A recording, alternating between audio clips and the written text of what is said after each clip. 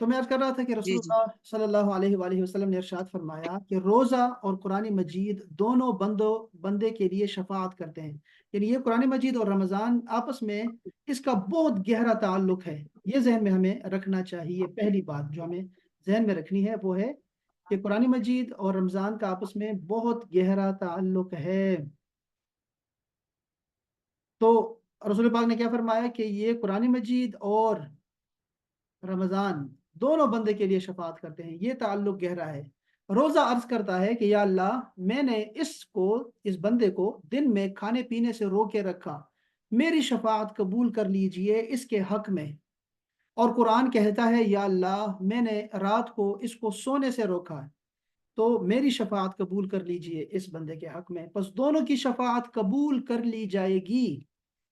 یہ دیکھیں یہ اللہ پاک کا کرم ہے. تو یہ رمضان پاک میں یہ جو ہے نا ہمارا وظیفہ ہونا چاہیے قرآن مجید. اسی طرح حضرت عبداللہ ابن عباس بیان کرتے ہیں کہ رسول اللہ صلی اللہ علیہ وسلم خیرات کرنے میں تمام لوگوں سے زیادہ سخی تھے. دیکھیں موضوع کو دیکھیں اور پھر یہ ذرا یہ حدیث دیکھیں, اس میں آپ کو ایک اور چیز بھی ملے گی. خیرات کرنے میں یعنی صدقہ خیرات کرنے میں تمام لوگوں سے زیادہ سخی تھے. لازمت. اور رمضان المبارک کے مہینے میں تو آپ علیہ الصلوۃ والسلام کے دریائے سخاوت کے اندر طغیانی آ جاتی تھی, یعنی بہت زیادہ صدقہ خیرات احسان فرماتے تھے. حضرت جبرائیل ماہ رمضان المبارک کی ہر رات آخر ماہ تک حاضر خدمت ہوتے رہتے, کیونکہ رسول اللہ ان کے ساتھ قرآن مجید کا دور فرمایا کرتے تھے. جب حضرت جبرائیل حاضر ہوتے تو آپ صدقہ اور خیرات کرنے میں تیز چلنے والی ہوا سے بھی زیادہ سخی ہو جاتے تھے. یہ متفق علیہ حدیث پاک ہے, یعنی بخاری اور مسلم کی دونوں کی حدیث پاک ہے. یعنی کہ ایک تو صدقہ خیرات کا ایک ہمارا یہاں بیان آ گیا کہ سنت ہے, اور خاص کر رمضان میں رمضان صدقہ خیرات. اور پھر ایک بات آ گئی قرآن مجید کی کہ جبرائیل علیہ السلام جو ہے وہ دور فرمایا کرتے ہیں رسول اللہ صلی اللہ علیہ وسلم کے ساتھ. اسی طرح حضرت ابو عوانہ رضی اللہ تعالیٰ عنہ سے مروی ہے کہ انہوں نے فرمایا کہ میں نے حضرت قتادہ رضی اللہ تعالیٰ عنہ کی خدمت میں جب میں حاضر ہوا تو میں دیکھا کہ وہ رمضان المبارک میں لوگوں کو قرآن حکیم کا درس دیتے تھے, قرآن کریم کا درس, اور وہ بھی رمضان میں. یعنی یہ رمضان اور قرآن مجید کا تعلق آپس میں بہت گہرا ہے. تو قرآن مجید کا آپ نے سارا دن اہتمام کرتے رہنا ہے, سارا دن. یہ جو عرب میں ہوتے ہیں نا, عرب میں انہوں نے قرآن مجید کو صفحات میں تقسیم کیا ہوا ہے. ہمارے پاس تو رکوع ہیں 540, ہمارے پاس تو سورتیں ہیں 114, ہمارے پاس جو ہے 30 پارے ہیں, ہمارے پاس منزلیں ہیں.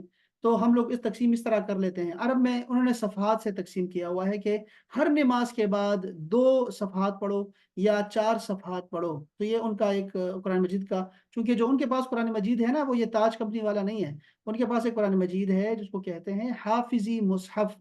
وہ قرآن مجید کو قرآن کہتے بھی نہیں ہے, ویسے میں ذہن میں رکھیے گا ٹیکنیکلی وہ اس کو کہتے ہیں مصحف. مصحف یعنی لکھا ہوا قرآن.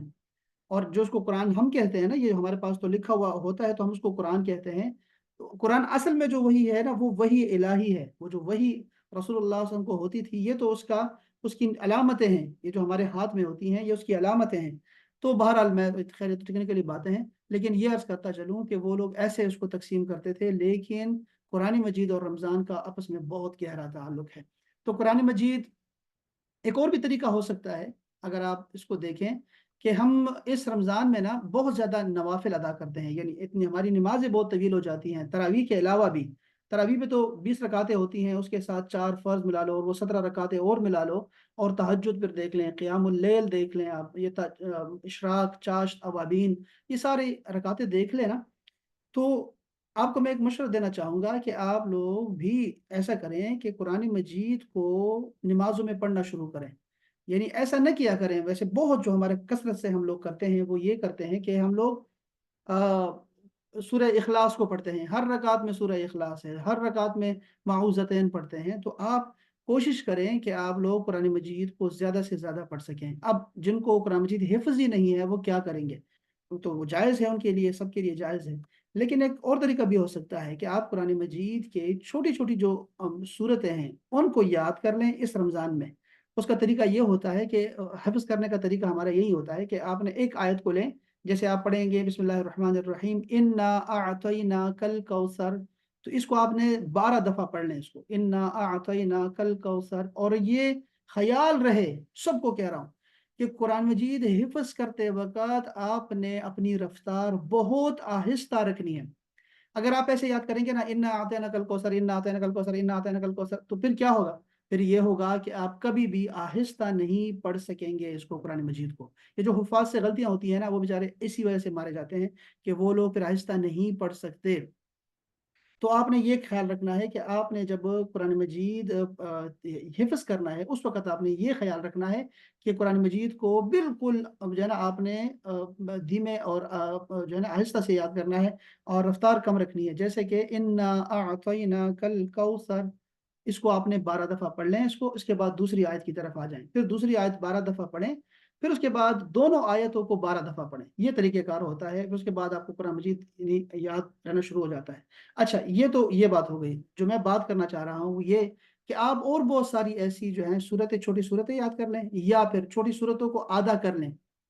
یعنی ایک رکعت میں آپ کو 30 حروف پڑھنے ہیں قرآن مجید کے، 30 حروف یاد رکھیں۔ یہ آپ کو میں سب سے آسان بات بتا رہا ہوں، اللہ کرے کہ یہ بات آپ کو سمجھ آ جائے، اور یہ فقہی مسئلہ بتا رہا ہوں، گنجائش جہاں تک نکلتی ہے ہمیں ادھر تک جانا چاہیے۔ یہ ان لوگوں کو بتا رہا ہوں جن کو قرآن مجید حفظ نہیں ہے، ان کو بتا رہا ہوں کہ آپ جو چھوٹی صورتیں ہیں نا، آپ دیکھیں کہ 30 حروف اگر کسی صورت کے ہو رہے ہیں تو آپ اس کو آدھا کر لیں اس کو، اور زیادہ سے زیادہ جو ہے نا اس کو اپنے استعمال میں لے کے آئیں، آیات کو پڑھیں، قرآن مجید کو اس رمضان کی رکعتوں میں پڑھیں اس کو، یہ بتانا چاہ رہا ہوں۔ اب آیت الکرسی ہے، وہ تو سب کو آتی ہے آیت الکرسی۔ آیت الکرسی کا ایک، آپ اس کو ایک رکعت میں پڑھ سکتے ہیں، ایک آیت ہے لیکن اتنی طویل ہے کہ اس میں 30 حروف سے زیادہ کے حروف ہیں۔ اچھا، علماء کرام نے لکھا ہے کہ اگر آیت الکرسی کو آدھا کر لیں تو کیا نماز ہو جائے گی؟ بالکل نماز ہو جائے گی۔ یعنی اگر آپ اللہ لا الہ الا هو الحی القیوم لا تأخذہ سنۃ ولا نوم یہاں تک بھی پڑھ لیتے ہیں نا، تو رکعت آپ کی ہو جائے گی، یہ ذہن میں رکھیے گا۔ لیکن بہتر یہی ہے، یہ اچھا طریقہ نہیں ہے، آپ اس کبھی بھی، یعنی سنت طریقہ بھی یہ نہیں ہے، آپ نے پوری آیت کو پڑھنا ہے، ایک آیت کو، اور اس سے ایک رکعت کو مکمل کر لیں۔ تو آیت الکرسی کو پڑھنا شروع کریں اپنی نمازوں میں۔ بہرحال اس طرح بہت ساری چیزیں ہو سکتی ہیں، آخری 10 صورتیں تو ہر مسلمان کو یاد ہونی چاہیے، اور اگر نہیں ہوتی تو ابھی سے رمضان میں نا کوشش کریں کہ جو 10 صورتیں ہیں اس کی جو چھوٹی صورتیں ہیں نا وہاں سے شروع کر کے نا اس کو یاد کرنا شروع کریں۔ اور میں نے آپ کو حفظ کا طریقہ بھی سکھا دیا جو ہم مدرسوں میں ہم اس کو استعمال کرتے ہیں اور کرتے ہیں، اس پہ ہمارا تجربہ ہے ہمارا، اس سے قرآن مجید حفظ ہو جاتا ہے۔ اس کے علاوہ قرآن مجید کو آپ لکھ بھی سکتے ہیں۔ افریقہ میں جو ہمارے دوست ہیں وہ اپنا قرآن مجید جو بھی حفظ کرتے ہیں وہ لکھ لیتے ہیں اپنے پاس۔ تو افریقہ میں ایسا نہیں ہے کہ قرآن مجید ان کے پاس ہوتے ہیں، وہ بڑے غریب لوگ ہیں، تو ہمارے دوست احباب میں دیکھیں ان کے ہاتھ کا لکھا ہوا قرآن مجید ان کے پاس ہوتا ہے۔ تو آپ بھی ایک کاپی لے لیں، رجسٹر لے لیں، ڈائریز لے لیں، اور اس میں اپنی جو بھی آپ کو ابھی تک قرآن مجید حفظ ہے، ابھی تک جو بھی آپ نے حفظ کیا ہوا ہے اس کو لکھ لیں ایک دفعہ۔ یہ بہت بہترین طریقہ ہے، یہ تو ایک ایسی چیز رہ جائے گی کہ آپ کے لیے جو ہے یہ شفاعت کرے گی یہ چیز۔ تو قرآن مجید آپ کا اپنا لکھا ہوا بھی ہو آپ کے پاس، صحیح درست الفاظ میں لکھا ہوا ہو آپ نے، اسی سے پھر حفظ کیا کریں، تازہ کیا کریں کہ میں نے کہاں سے، چونکہ یہ ہم جو یہ جو قرآن مجید حفظ کرتے ہیں نا، ہم تصویر کو نقش کرتے ہیں اپنے ذہن میں، یہ بھی ذہن میں رکھیے گا۔ تو آپ نے ایسا نہیں ہے کہ آپ نے ایک قرآن مجید میں حفظ کیا اور پھر زندگی میں اس کو چینج کرتے رہے، اور آپ دوسری قرآن مجید میں جا کے دیکھیں گے کہ میں ذرا وہ اپنا قرآن مجید میں نے جو یاد کیا تھا اس کو دہرا لوں، ایسا نہیں ہو سکتا۔ جو بھی قرآن مجید آپ جس میں حفظ کر رہے ہیں نا، وہ تادم مرگ آپ کے پاس وہی ہونا چاہیے۔ یعنی جیسے 18 لائنوں والا ہے، 15 لائنوں والا ہے، عرب میں صرف 15 لائنوں کا ملتا ہے اور اسی سے وہ یاد کرتے ہیں، لیکن وہ آپ کے لیے، پاکستانیوں کے لیے بڑا مشکل ہے۔ تو بہتر یہ رہے گا کہ ہمارے پاس کوئی قرآن مجید جو آپ کے پاس ہو، محفوظ ہو اور بڑے خوبصورت اس کو کایا لگا ہو، تو اس سے آپ جو ہے حفظ کریں، یہ بھی بہترین۔ اور میں طریقہ بتا دیا کہ جو آپ حفظ کریں اس کو لکھ لیں، تو وہ اسی سے پھر بعد میں یاد کرتے جائیں، بس یہی طریقہ رہے گا۔ اچھا، یہ تو ہو گیا نماز کا جو میں بتانا چاہ رہا تھا آپ کو۔ میں آپ کو یہ فتویٰ بھی آپ کو آپ کے زیر جو ہے نا وہ چاہتا ہوں کہ زیر مطالعہ رہے آپ کا یہ فتویٰ، ذرا سنیے گا کہ اگر آپ حافظ قرآن نہیں ہیں تو چھوٹی چھوٹی آیات کو یاد کریں اور نمازوں میں دہرائیں۔ یہ میں نے ہیڈنگ دی ہوئی ہے۔ میں اس کے ساتھ جو بتانا چاہ رہا ہوں، امام اور منفرد، اگر ایک بندہ سنت، نفل، وطر کی ہر رکعت میں اور فرض نمازوں کی ابتدائی 2 رکعتوں میں آپ کو سورہ فاتحہ کے بعد کوئی بھی سورت پڑھنا واجب ہے، چاہے جتنی بھی مختصر صورت ہو، جیسے کہ سورہ الکوثر۔ اسی طرح 3 مختصر آیتیں یا 1-2 بڑی آیتیں جو کم از کم 3 مختصر آیات کے برابر ہوں، اس کے پڑھنے سے بھی واجب ادا ہو جائے گا۔ مثلا ایک بڑی آیت ہے آیت الکرسی، کا کچھ حصہ جو 3 چھوٹی آیتوں کے برابر ہو، اس کا پڑھنے سے بھی واجب ادا ہو جائے گا۔ آیت الکرسی میں سے صرف اتنا پڑھ لیا جائے کہ اللہ لا الہ الا هو الحی القیوم لا تأخذہ سنۃ ولا نوم، تو بھی واجب ادا ہو جائے گا، کیونکہ اس کی مقدار 30 حروف سے زیادہ ہے۔ واضح رہے کہ اتنی مقدار پڑھنے سے تو واجب ادا ہو جائے گا، لیکن آیت کو ناقص پڑھنا سنت قرات کے خلاف ہوگا۔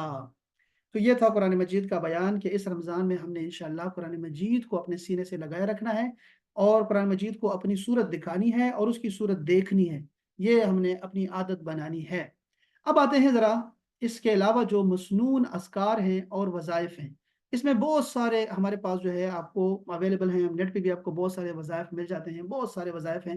تو برکت کے لیے میں آپ کو یاد دہانے کے لیے اور تذکیر کے لیے، موٹیویشن کے لیے دوبارہ سے ایک دفعہ دہرانا چاہوں گا، لیکن آپ دیکھیں کہ قرآن مجید میں اللہ جل شانہ نے ذکر کے بارے میں کیا فرمایا۔ اتنی زیادہ آیات ہیں کہ میں ابھی ساری دہرا بھی نہیں سکوں گا، لیکن کچھ آیات جو ہو سکتا ہے کہ آپ کو کام آئے، آپ کو یاد رہ جائیں۔ اللہ جل شانہ نے ارشاد فرمایا کہ یا ایھا الذین آمنوا اذکروا اللہ ذکرا کثیرا، اے ایمان والو اللہ کا بہت زیادہ ذکر کرو اور صبح و شام اس کی تسبیح بیان کرو۔ یہ ٹھیک ہے، تسبیح کا یاد رکھیں، ذکر کا بھی یاد رکھیں۔ دوسری آیت میں فرمایا شام و سحر اپنے رب کی تعریف کے ساتھ اس کی پاکی بیان کریں، طلوع آفتاب سے پہلے اور غروب آفتاب سے پہلے اپنے رب کی تسبیح بیان کریں۔ پھر فرمایا رات کے وقت اور ستاروں کے غائب ہونے یعنی دن کے وقت اس کی تسبیح بیان کرو۔ اور کتنی خوبصورت آیت ہے کہ جان لو الا بذکر اللہ تطمئن القلوب، جان لو کہ اللہ ہی کے ذکر سے دلوں کو اطمینان نصیب ہوتا ہے۔ اور آخری آیت کریمہ میں اللہ پاک نے فرمایا اے ایمان والو تمہارے مال اور تمہاری اولاد کہیں تمہیں اللہ کی یاد سے غافل نہ کر دے۔ یہ آیت کریمہ آپ نے یاد رکھنی ہے۔ تو رمضان میں ہم نے اللہ کا ذکر، اس کی تسبیح اور حمد بیان کرنی ہے۔ اچھا، یہ تو کچھ اصطلاحات بھی ہیں جو میں بار بار اپنے شاگردوں کو بتاتا رہتا ہوں اور ان کو پتہ ہے، لیکن جو لوگ نئے ہیں ان کے لیے بتا دوں کہ یہ ایک ہوتی ہے تسبیح۔ اللہ پاک نے فرمایا سبح سبح، تو جب بھی اللہ پاک نے فرمایا قرآن مجید میں سبح، تو رسول اللہ نے سبحان اللہ کہا، اور سبحان اللہ یہ ذکر آتا ہے، صحابہ کرام نے یہ فرمایا کہ رسول اللہ سبحان اللہ فرمایا کرتے تھے، اور جب فرمایا گیا کہ حمد بیان کرو تو الحمدللہ فرمایا کرتے تھے۔ اچھا، ایک ہوتی ہے تسبیح۔ تسبیح کا مطلب یہ ہوتا ہے کہ آپ اللہ جل شانہ سے تمام عیبوں کو جدا کریں کہ یہ عیب اللہ میں نہیں ہے، مثلاً کہ اللہ کا کوئی شریک نہیں ہے، کوئی اس کا ساتھی یا کوئی پارٹنر نہیں ہے، کوئی ہمسر نہیں ہے اس کا، یہ اس سے نفی کرنی ہے ہم نے، اس کو تسبیح بولتے ہیں۔ تسبیح یاد رکھیں کسے کہتے ہیں؟ میں آپ کو کچھ ذکر کے بارے میں بتانا چاہتا ہوں۔ دیکھو، تسبیح ہے آپ اللہ سے کے بارے میں کہہ رہے ہیں کہ اللہ نہ کو اس کا بیٹا ہے، نہ ہی اس کی کوئی اولاد ہے، نہ ہی اس کا کوئی ماں باپ ہے، نہ وہ کسی سے جنا ہے اور نہ اس سے کوئی جنا ہے۔ تو یہ ہے تسبیح بیان کرنا اللہ جل شانہ کی، ٹھیک ہے۔ ایک ہوتی ہے حمد، اس کو تحمید بولتے ہیں، یعنی کہ حمد یہ ہوئے کہ آپ اللہ تعالیٰ کی تعریف کریں کہ اللہ بڑا مہربان ہے، اللہ بڑا کریم ہے، اللہ بڑا غنی ہے، اللہ آپ تعریف کر رہے ہیں اللہ تعالیٰ کی، یہ ہے حمد بیان کرنا۔ تو یہ دونوں جدا چیزیں ہیں، تو تسبیح بھی کریں اللہ پاک نے فرمایا، اور حمد بھی بیان کریں، اور صبح و شام بیان کریں، اور جب رات میں ستارے چمک رہے ہوں اور دن میں جب ستارے غائب ہو جائیں تب بھی ذکر کریں، یعنی کہ 24 گھنٹے آپ کی زبان وہ اللہ کے ذکر سے تر رہے۔ عجیب بات ہے کہ اللہ کے معیار بھی بالکل جدا جدا ہیں، یہ ذرا یہ الگ سے ایک بات آ گئی، یہ بھی عرض کر دوں۔ رسول اللہ صلی اللہ علیہ وسلم نے ارشاد فرمایا کہ اللہ کے ذکر سے تمہاری زبان ہر وقت تر رہنی چاہیے، لیکن ہوتا کیا ہے جب ہم ذکر کرتے ہیں تو ہماری زبان وہ خشک ہو جاتی ہے۔ دیکھیں ادھر، دیکھیں شہید کو، دیکھیں شہید کے بارے میں کہا کہ یہ بہترین زندگی گزارتا ہے اور اس کو مردہ نہ کہو، اگرچہ وہ قبر میں ہے لیکن وہ شہید وہ زندہ ہے، اس کو رزق دیا جاتا ہے اور وہ بڑا خوش ہے، اس سے خوش ہوتا ہے اس کے اللہ تعالیٰ کے ذکر سے، رزق سے جو اس کو عطا ہوتا ہے۔ اللہ کے معیار اور بھی بہت سارے ہیں، جیسے کہ سحری کے بعد جو ہمیں کھٹے ڈکار آتے ہیں اور وہ ایک بدبو سی آتی ہے، ہمیں تو بدبو لگتی ہے، اللہ رسول اللہ صلی اللہ علیہ وسلم نے فرمایا کہ یہ جو بدبو جس کو تم بدبو کہتے ہو، یہ اللہ تعالیٰ کو مشک و عنبر سے بھی زیادہ عزیز ہے اور اس کو اس سے زیادہ اچھی لگتی ہے، یہ جو خوشبو ہے، دیکھیں وہ خوشبو اس کو کہہ رہے ہیں۔ تو اللہ کے جو اللہ رسول کے جو معیار ہیں وہ جدا ہیں، ہماری اپنی سوچ اور عقل جو ہے وہ جدا ہے، تو ذکر ہمیں کرتے رہنا ہے۔ اچھا، یہ ہے تحمید۔ ایک ہوتی ہے تکبیر، کہ آپ اللہ کی تکبیر بیان کریں، یعنی اللہ کو اللہ کی بڑائی بیان کرے، اللہ کی بڑائی، تو اللہ اکبر اس کے لیے بہترین اور آسان جو ہے وہ ذکر ہے اللہ اکبر کہنا۔ تو اس طرح بہت تحلیل بھی ہے، تحلیل کا مطلب ہوتا ہے کہ لا الہ الا اللہ کہنا۔ اسی طرح تلبیہ جس کو ہم لبیک اللہم لبیک، اچھا دیکھیں لبیک اللہم لبیک تو ہم نے وہاں جا کے کہنا ہے نا، یعنی جب انشاءاللہ حرم شریف جائیں گے تو وہاں جا کے کہنا پڑتا ہے، لیکن ایسا نہیں ہے۔ آپ کو پتہ ہے کہ اگر وظیفہ چاہیے نا آپ کو عمرہ کے لیے کہ مجھے اللہ پاک اپنے گھر کی زیارت کروائے، عمرہ کروائے مجھے، تو اس کے لیے علماء نے لکھا ہے کہ تلبیہ پڑھا کریں روزانہ 100 مرتبہ دن میں، ٹھیک ہے۔ کسی نے لکھا 100 مرتبہ، کسی نے کہا کہ اس کو آپ نہ تقسیم کر دیں نمازوں کے بعد آپ پڑھنے میں، 10 دفعہ پڑھیں یا 100 دفعہ پڑھیں۔ تو تلبیہ جو ہے لبیک اللہم لبیک لبیک لا شریک لک لبیک، اس کو عادت بنائیں، بچوں سے بھی بار بار یہ پڑھوائیں، تو یہ آپ کو تاکہ حرم کی یاد جو ہے وہ تازہ رہے، ہر دم آپ حضور الہی میں رہیں ہمیشہ، تو اس کو وظیفہ تلبیہ اس کو کہتے ہیں، اس کو پڑھیں۔ اور بھی بہت سارے اذکار ہیں، میں آپ کو رسول اللہ صلی اللہ علیہ وسلم سے جو حدیث مروی ہیں ذکر کے بارے میں وہ آپ کو بتاتا ہوں، کچھ اذکار جو آپ کو بہت زیادہ کام آئیں گے اور بڑی خوبصورت بات ہے۔ پہلے تو یہ بات سمجھ لیں کہ اللہ کے ذکر کا مطلب کیا ہے، یہ ذرا بہت خوبصورت بیان ہے، میں نے اس کو لکھا ہے تو میں کہتا بڑا مزہ آیا مجھے، آپ کو بھی شاید مزہ آیا اس کا، کہ یہ جو نظام اذکار اور اوراد ہیں اس کی غایت کیا ہے، مقصد کیا ہے۔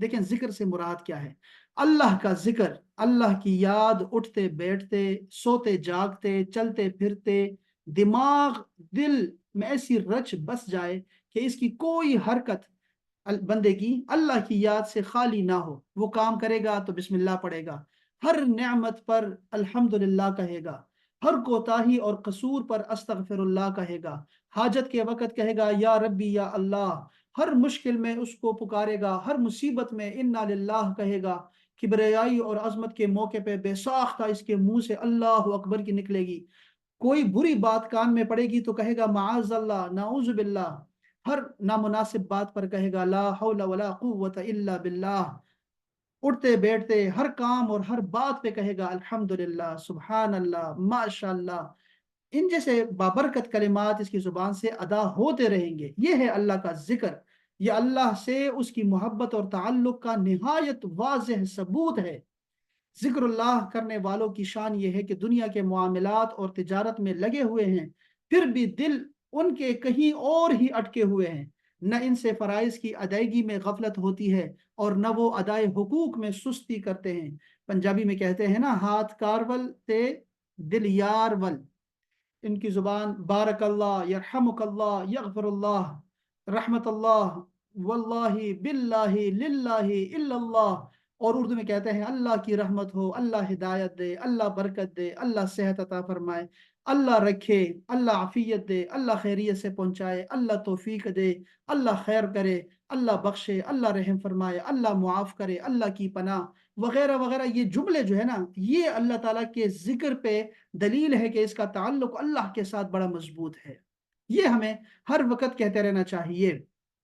اور اس کے لیے میں بتاؤں آپ کو کہ اس کے لیے کوئی وضو کی ضرورت نہیں ہے کہ آپ کو وضو میں ہمیں ہمیشہ ہونا چاہیے، اس پہ تو ہم بات کریں گے ابھی کہ وضو میں ہر دم آپ کو رہنا چاہیے، اور رمضان میں ہمیں ہر وقت وضو میں رہنا ہے، لیکن وضو اس کے لیے ضروری نہیں ہے ذکر کے لیے، حتیٰ کہ غسل بھی ضروری نہیں ہے۔ اگر کسی پہ غسل واجب ہو جاتا ہے کسی بھی وجہ سے تو وہ جو ہے اگر زلزلہ آتا ہے جیسے یا کوئی بھی ذکر بطور وظیفہ ذکر کے وہ کر سکتا ہے، قرآن مجید کی تلاوت نہیں کر سکتا۔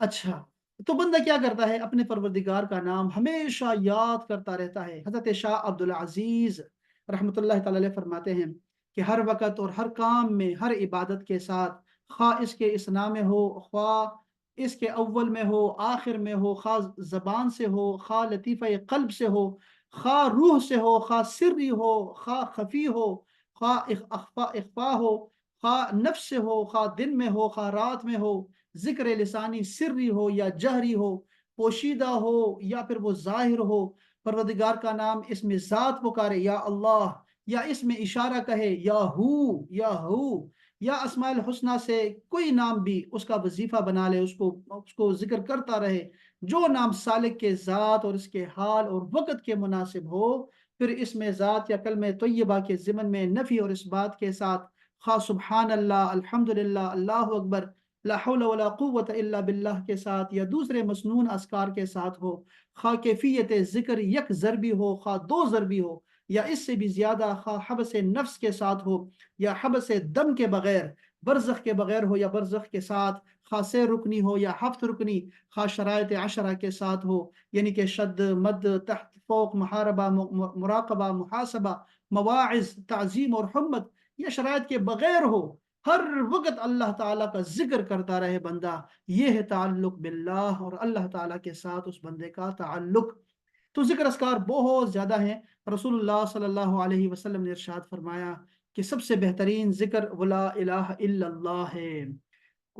رمضان میں یاد رکھیں، اعتکاف بھی کریں گے انشاءاللہ ہم لوگ، اس کو وظیفہ بنا لیں۔ اگر آپ نے ایسے گناہ سے نکلنا ہے جس کو آپ چھوڑ نہیں سکتے، جو عادت بن گئی ہے، اور آپ چاہتے ہیں کہ ایسے گناہ سے میں کیسے نکلوں، کیا طریقہ کار ہو سکتا ہے، اس کے لیے تمام سلاسل میں تقریباً یہی وظیفہ ہے کہ لا الہ الا اللہ کی ضربیں وہ دل پہ جاری کریں، ایسے ضرب دیں، لا الہ الا اللہ۔ تو شیطان کی جو جڑیں ہیں، جو دل پہ قبضہ کرنا چاہتی ہیں، اور اس دل جو ہے یہ ہے پایا تخت ہے، یہ ہے عاصمہ، یہ ہے کیپٹل انسان کے جسم کا۔ رسول اللہ نے فرمایا دل اگر صالح ہے تو سارا جسم صالح ہے۔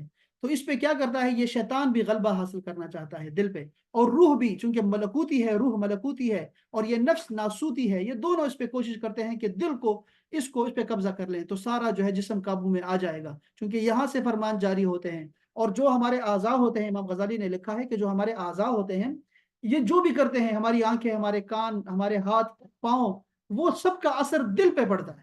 اگر وہ نیک کام کریں گے تو دل آپ دیکھیں گے آپ کا روشن ہو جائے گا، اگر یہ گناہ کریں گے تو دل بھی جو ہے نا وہ مردہ ہو جائے گا۔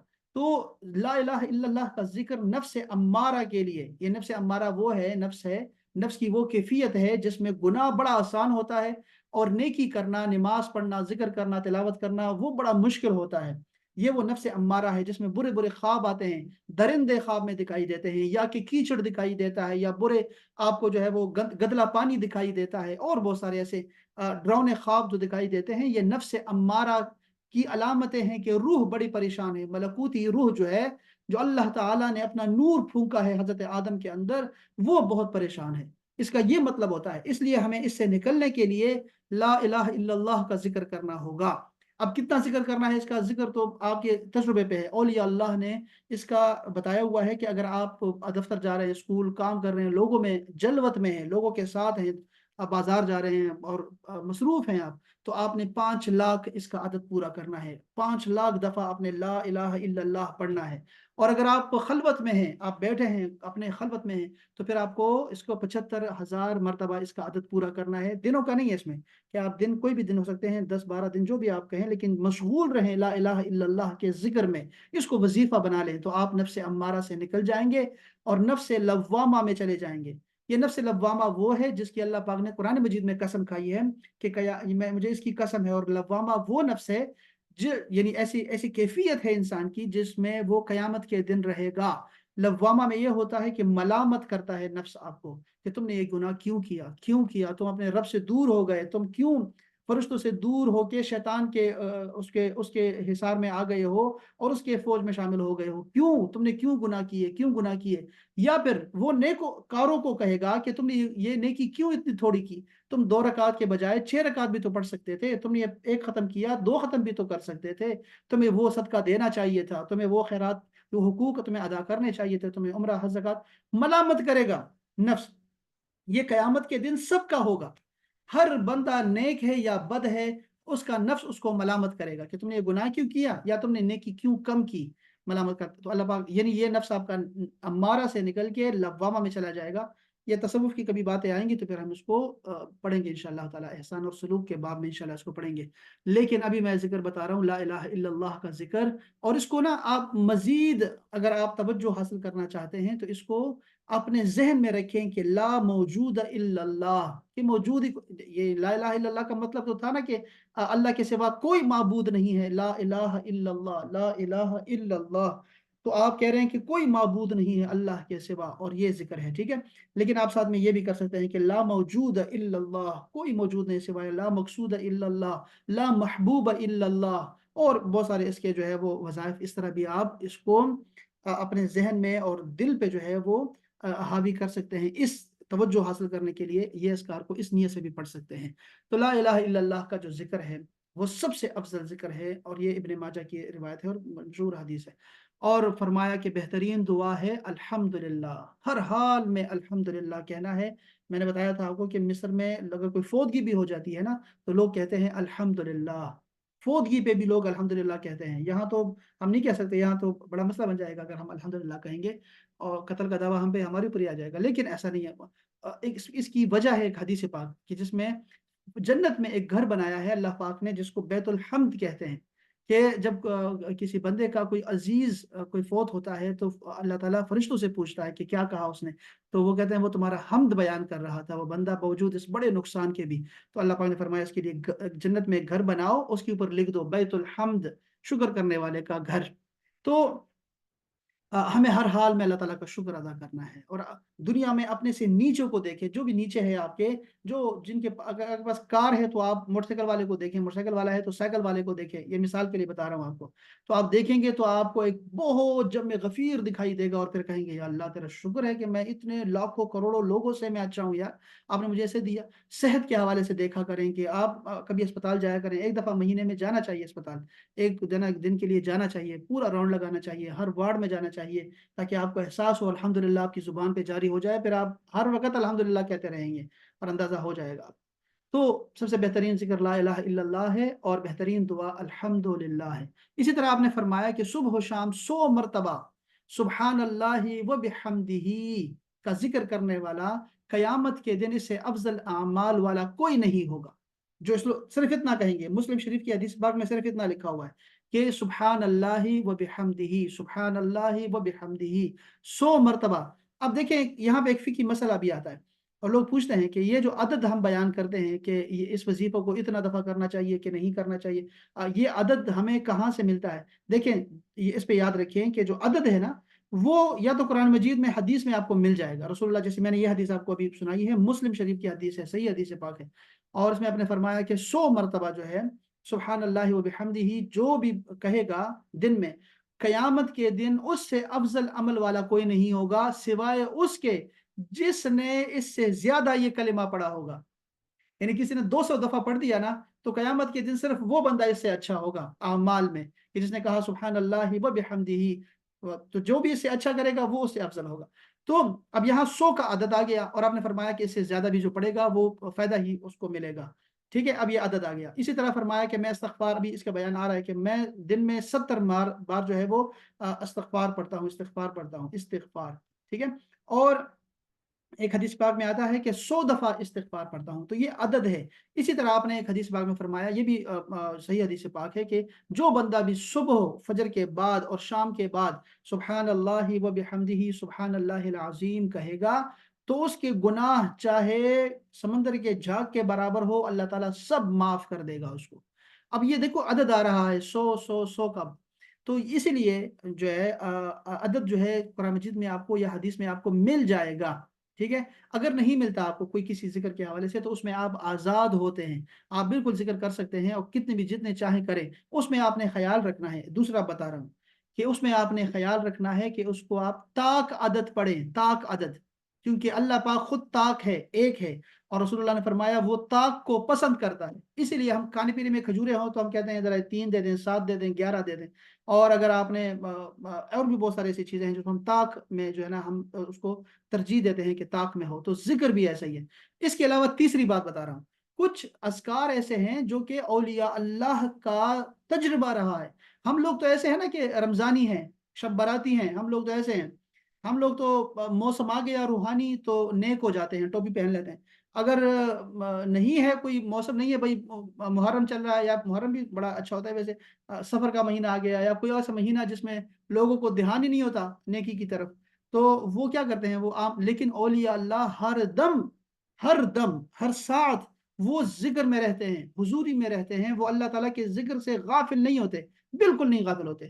ان کے تجربات ہیں یہ۔ امام غزالی فرماتے ہیں کہ یہ جو آیت کریمہ ہے کل یوم ہوا فی شان، اللہ تعالیٰ ہر دن اپنے ایک شان میں ہوتا ہے، اپنی صفت میں ہوتا ہے، تو وہ فرماتے ہیں کہ میں اللہ تعالیٰ کی صفات کو دیکھ کے اس کا ذکر کرتا ہوں۔ امام غزالی جیسا بندہ بتا رہے ہیں، حجت الاسلام ہے وہ، وہ فرماتے ہیں تو ذکر کو بدلتے رہتے تھے، وہ تجربات ہیں ان کے.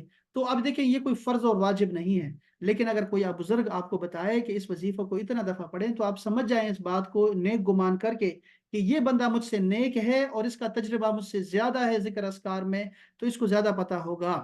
کچھ اذکار ایسے ہیں جس کو ہم کہتے ہیں یار یہ بہت زیادہ پڑھو گے نا تو اس سے یہ آپ کے طبیعت پہ بوجھ آ جائے گا اس کا، تو یہ واقعی ایسے ہوتا ہے، یہ بھی تجربے سے ہی معلوم ہوا ہے.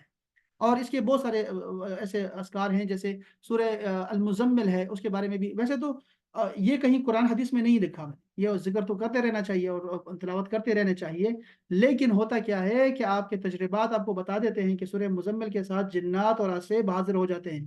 اب ہر بندہ اس کو سہ نہیں سکتا، ان کو تھوڑی سی بھی کوئی حرکت ہوئی نا تنہائی میں سورہ مزمل پڑھتے وقت تو وہ جو ہے اس بندے کا ہارٹ اٹیک ہی نہ آ جائے اس کو.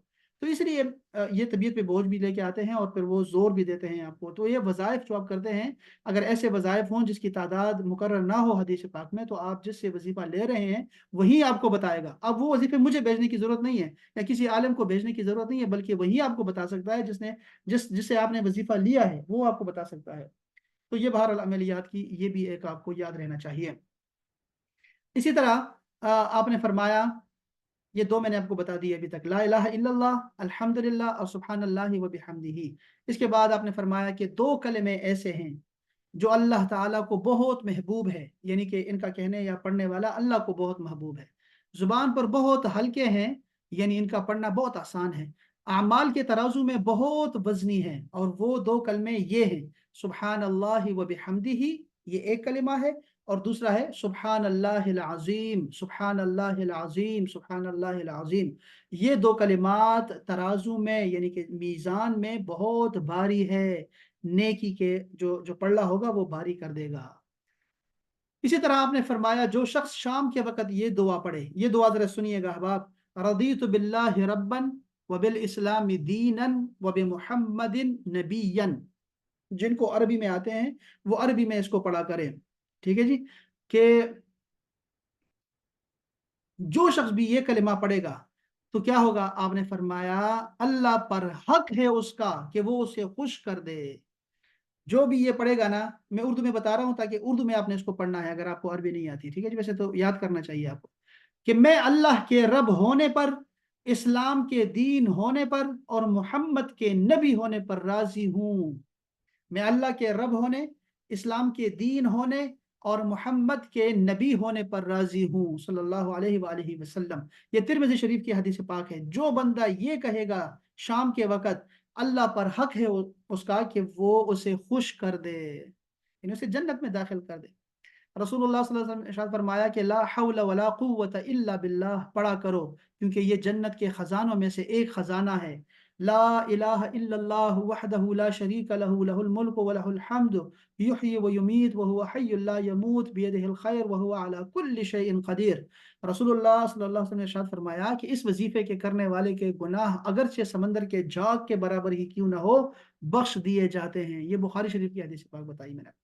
اسی طرح تسبیح فاطمی ہے جو کہ سیدہ فاطمہ الزہرا سلام اللہ علیہا کو رسول پاک صلی اللہ علیہ وسلم نے خاص وظیفہ دیا.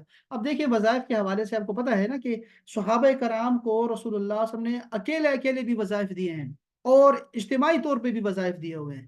حضرت معاذ بن جبل کو آپ نے فرمایا کہ اے معاذ مجھے تجھ سے محبت ہے، اور یہ کتنا خوبصورت کلمہ تھا کہ اگر آپ کو رسول پاک یہ اگر آپ ارشاد فرمایا.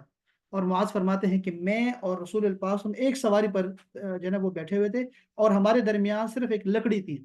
یعنی یہ خوش نصیب دیکھیں حضرت معاذ بن جبل کو، وہ صحابہ کے امام ہیں، بہت بڑے عالم اور گورنر گزرے ہیں.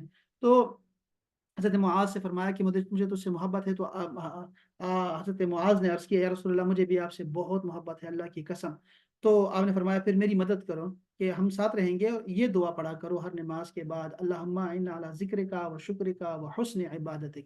یہ اعنا، اللہم اعنا کا مطلب ہوگا یا اللہ ہمیں قوت دے، طاقت دے، مدد دے، ہماری مدد کرو کہ میں تمہارا ذکر کر سکے، اللہم اعنا علی ذکرک و شکرک، تمہارا شکر کر سکیں، اللہم اعنا ذکرک و شکرک و حسن عبادتک، اور اچھے طریقے سے عبادت کریں.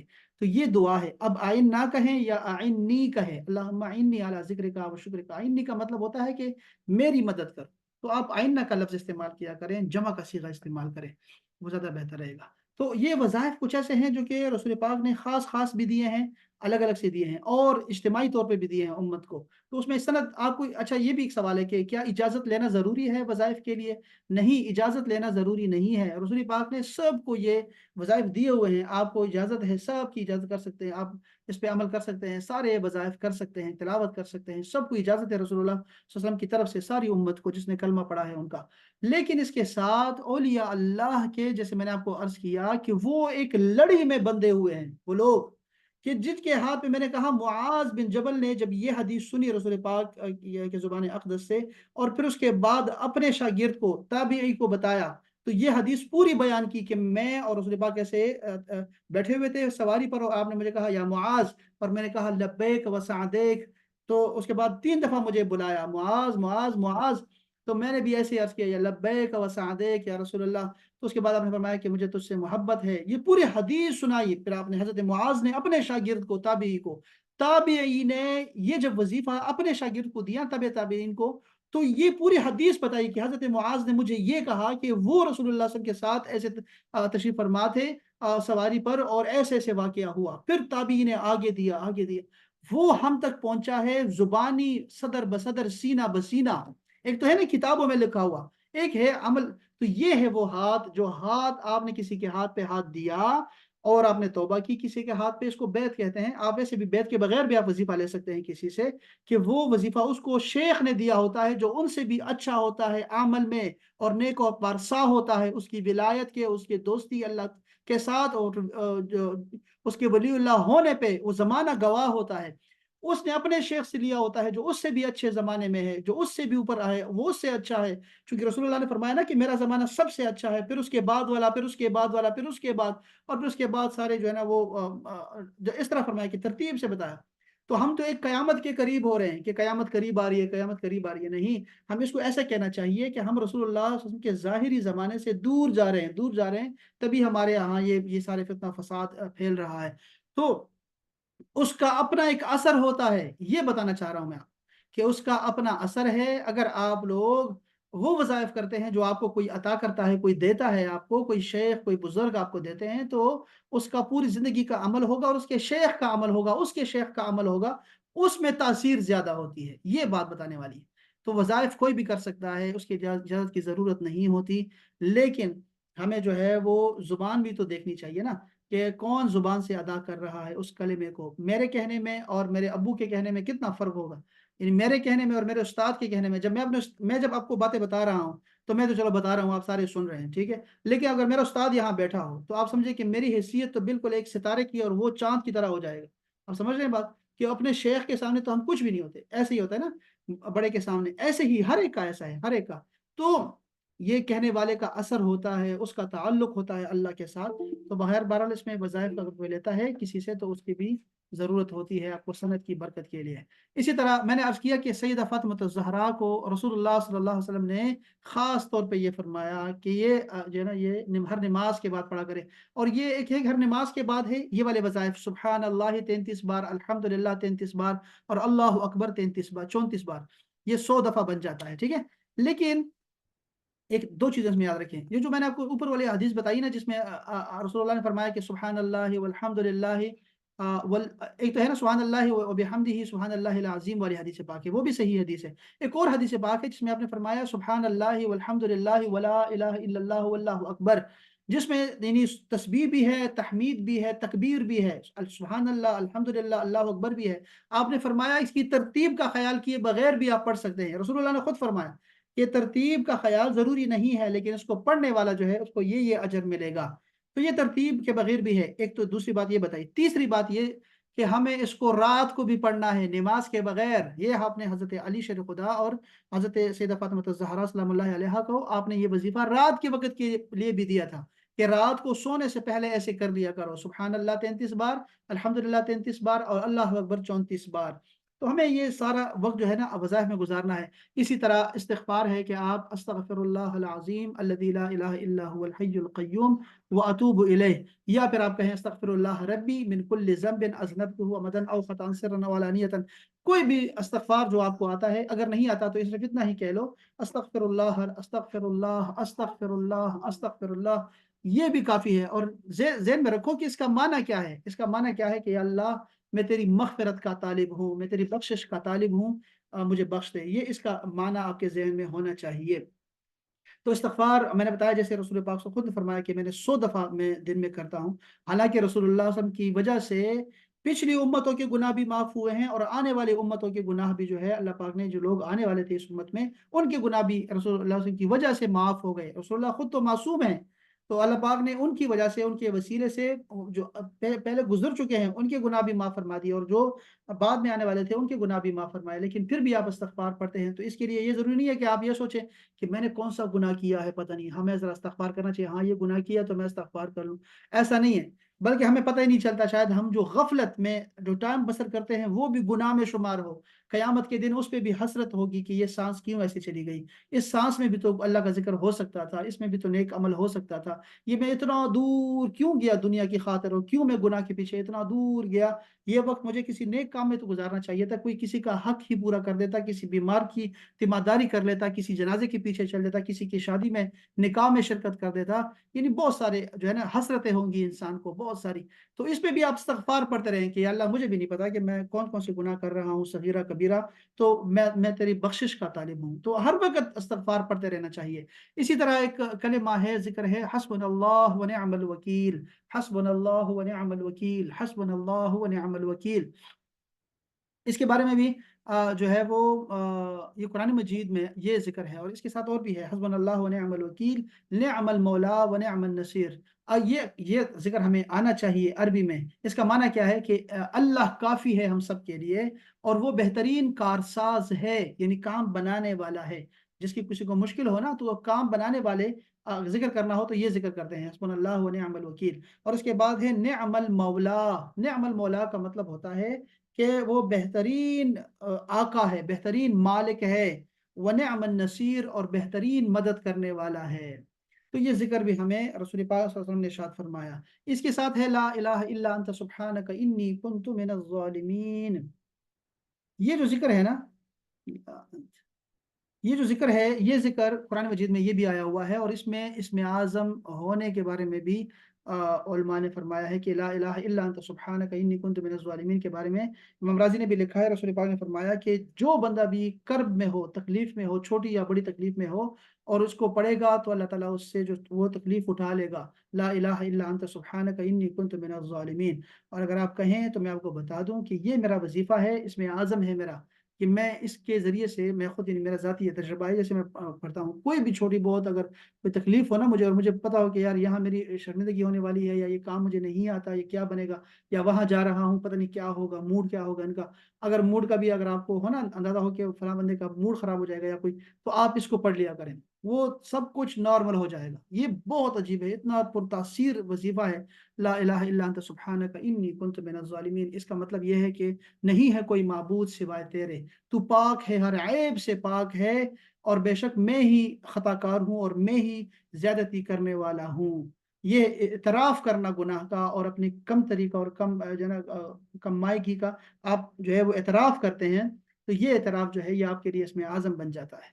تو یہ بہت سارے وظائف ہیں، اس کے علاوہ بھی بہت سارے وظائف ہیں، اور کچھ میں جو ہے آپ کے ساتھ شیئر بھی کروں گا آپ کے گروپ میں بھی، اور یہ بھی شیئر کروں گا. جو میں آپ کو جو بھی پڑھ کے سنا رہا ہوں نا، یہ سارے نوٹس وغیرہ کی میں تصویر لے کے یا پھر نوٹس کی شکل میں آپ کے ساتھ شیئر کرتا جاؤں گا. یہ میں نے جو کل سبق دیا تھا نا، اس کے جو نوٹس تھے وہ میں نے آپ کو آپ کے گروپس میں جو ہے نا میں نے شیئر کر دیے ہیں، اور فیس بک پہ بھی جو لوگ دیکھ رہے ہیں فیس بک پہ بھی جو ہے ان شاء اللہ تعالیٰ میں اس کو وہ شیئر کر دوں گا ان شاء اللہ تعالیٰ، ان کا بغیر چیزیں ساری ان شاء اللہ. اور کل ہم ان شاء اللہ تعالیٰ کچھ تھوڑا سا اور بھی پڑھیں گے کہ ہمیں دن کیسے گزارنا چاہیے، اور وہ کچھ اجتماعی کام ہے، جیسے ہمیں مسکراتے رہنا چاہیے سارا دن.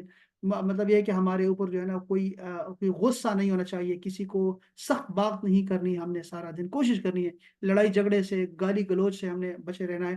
اس پہ بات کریں گے، جیسے وضو میں رہنا چاہیے ہمیں ہر وقت، رمضان میں سارا دن رات ہمیں وضو میں رہنا چاہیے. اور اس کے علاوہ کچھ ایسی چیزیں ہیں جو کہ انشاءاللہ کل ڈسکس کروں گا. کل ہم کوشش کریں گے کہ اس کو ختم کریں، ان اعمال کو جو کہ ہم رمضان میں کر سکتے ہیں. اور پھر اس کے بعد ہم کتاب کی طرف آئیں گے، جو کہ اکثر المقصد تھا وہ ہے ریاض الصالحین، حدیث شریف کی کتاب ہے، اس کی طرف آئیں گے انشاءاللہ تعالیٰ، اور پھر اس سے درس لیں گے. وہاں بھی یہی معاملات چلیں گے لیکن ایک موضوع کے مطابق ہوں گے. وہاں بھی آپ کو حدیث بھی سنائی دے گی، فقہی مسئلے بھی سنائی دیں گے، عقیدے کی بات بھی سنائی دے گی، اور آپ کو وہاں ذوق کی باتیں بھی انشاءاللہ تعالیٰ پڑھنے کو سننے کو ملے گی انشاءاللہ تعالیٰ. اچھا، یہ تو چلو یہ اتنا کافی تھا انشاءاللہ تعالیٰ آج کے لیے.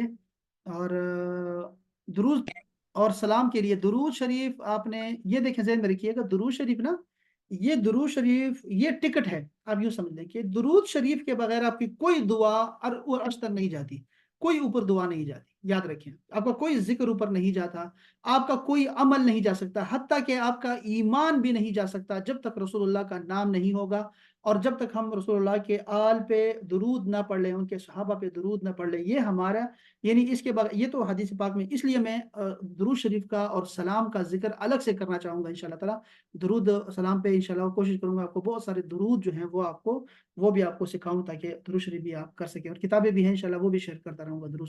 تو درود کو آپ نے ان تمام وظیفے جتنے وظائف میں نے بتائے ہیں، اذکار بتائے ہیں، شروع میں بھی کریں اس کو اور آخر میں بھی کریں۔ درود شریف کے لیے جو سب سے کم آپ کے پاس جو بھی ہو سکتا ہے نا، کم سے کم جو ہے وہ درود کا کوئی بھی صیغہ، کوئی بھی لفظ سے آپ رسول اللہ پر درود بھیج سکتے ہیں، تو اس کے لیے بہت سارے الفاظ ہیں، اور وہ ان شاء اللہ تعالیٰ میں آپ کے ساتھ شیئر کرتا جاؤں گا، جیسے اللہم صلی علی سیدنا محمد وعلی آلہ وصحبہ وبارک وسلم، یہ ہم اس کو پڑھتے ہیں، وظیفہ بناتے ہیں، یا صلی اللہ علیہ وآلہ وسلم، اس کے کیا راز ہیں، کیوں ایسا پڑھتے ہیں، اس کے میں کیا ہونا چاہیے، کیا واجب ہے، اور کیا اللہ تعالیٰ نے اضافہ فرمایا اور کیا رسول اللہ نے اضافہ فرمایا، کیا اللہ نے واجب کیا اور کیا رسول اللہ نے واجب کیا درود شریف کے باب میں، اس پہ انشاءاللہ میں الگ سے کوشش کروں گا، ذکر کریں گے انشاءاللہ تعالیٰ، تو یہ الگ سے میں اس پہ بات کرتا ہوں انشاءاللہ۔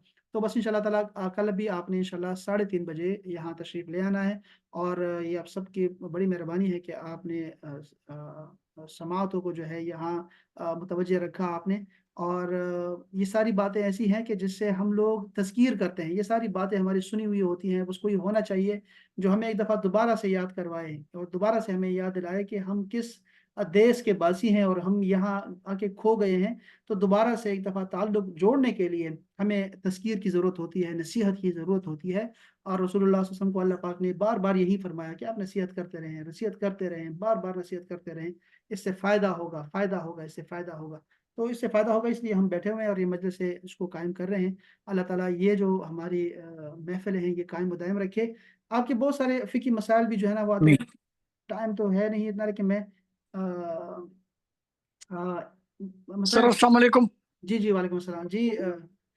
سر جانے سے پہلے بس ایک چھوٹی چیز جو اکثر یہ ہمارے آفس سے لوگوں کو بھی کچھ تھوڑی سی ایسی ایشوز ہیں، میں اس کو ریپیٹ کر دیتا ہوں سر، اس طرح کی تھوڑی سی، جیسے آپ نے پہلے حصے میں فرمایا تھا آیات کے حوالے سے، مختصر یہ 3 آیاتیں نماز میں واجبات کے حوالے سے زیادہ جو کنفیوژن ہے وہ سر اس طرح ہے کہ بیسیکلی جو وطر ہیں، وطر کے اوپر آپ کو پتہ آج کل بہت زیادہ، اور تراویح کے اوپر ایشو بنتے ہیں سر۔ وطر میں جو حنفی اسکول آف تھاٹ ہے یا جو پڑھتے ہیں، ایک تو ہمیں جو ہے تو اس کا دعائے قنوت کا ہے، اگر ان کیس اگر دعائے قنوت اس کو یاد نہیں ہے یا ضعیفی ہے یا وہ پڑھ نہیں سکتی یا پڑھ نہیں سکتا، تو وہ نارم 3 بار کلو اللہ پڑھ لیتے ہیں، ٹھیک ہے سر۔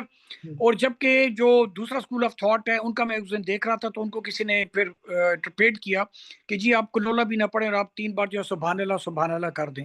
تو صرف پوچھنا یہ ہے کہ اگر دعائے قنوت یاد نہیں ہے لوگوں کو، یا وہ اپنی بھول جاتے ہیں یا ان کو ریپیٹیشن ہوتی ہے، ذہنی جو بھی مسئلے ہوتے ہیں، تو آیا ڈولہ پڑھنا ہے یا سبحان اللہ جیسے یہ حدیث ہے یہ لوگ کہتے ہیں، اس میں تھوڑی رہنمائی فرمائیں so that I can interpret to other people.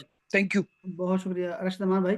یہ دیکھیں اس میں وطر کے حوالے سے صرف یہ ایک سوال نہیں ہے، اور یہ ایک شک ہے جو لوگوں میں جو ہے وہ ڈال دیا جاتا ہے کہ ہم نے کوئی منفرد کام کرنا ہے، یعنی پوری امت، پوری دنیا کے مسلمان ایک کام کر رہے ہیں نا، آپ کو ایک الگ سے آپ کو ایک چیز دے دیں گے کہ یار اس پہ کام کرو، یہ ذرا اس پہ نہ ذرا آپ اپنے دل میں شک کے ذرا بیج ذرا بو دو ذرا۔ تو اس طرح وطر کے حوالے سے کچھ ایسی چیزیں ہیں جو ہمیں بھی، یعنی ایک تو یہ ہے کہ یہ دوسرے جو اسکول آف تھاٹس ہیں وہ ہمارے اندر جو ہے وہ شک اور شبہات کو پیدا کرتے ہیں، وہ تو الگ سے ان کا کام ہے، ان کو تو الگ سے اس کے باقاعدہ سے اس کے ثمرات ملتے ہیں ان کو، ان کے ماشاءاللہ سے گھر چل رہے ہیں اس سے، وہ تو چل رہا ہے سسٹم۔ لیکن ہمیں بھی تھوڑا سا یہ سوچنا ہوگا، احناف کو بھی، کہ ہم لوگ جو ہے نا رسول اللہ کی ساری سنتوں پہ عمل کرنا ہمیں ہے، ٹھیک ہے جی۔ تو بعض چیزیں ایسی ہیں جو کہ ہمیں خود بھی وہاں فلیکسیبل ہونا چاہیے کہ یہ نہیں ہے تو یہ بھی پڑھ سکتے ہیں، ایسا نہیں ہے کہ صرف یہی پڑھنا ہے۔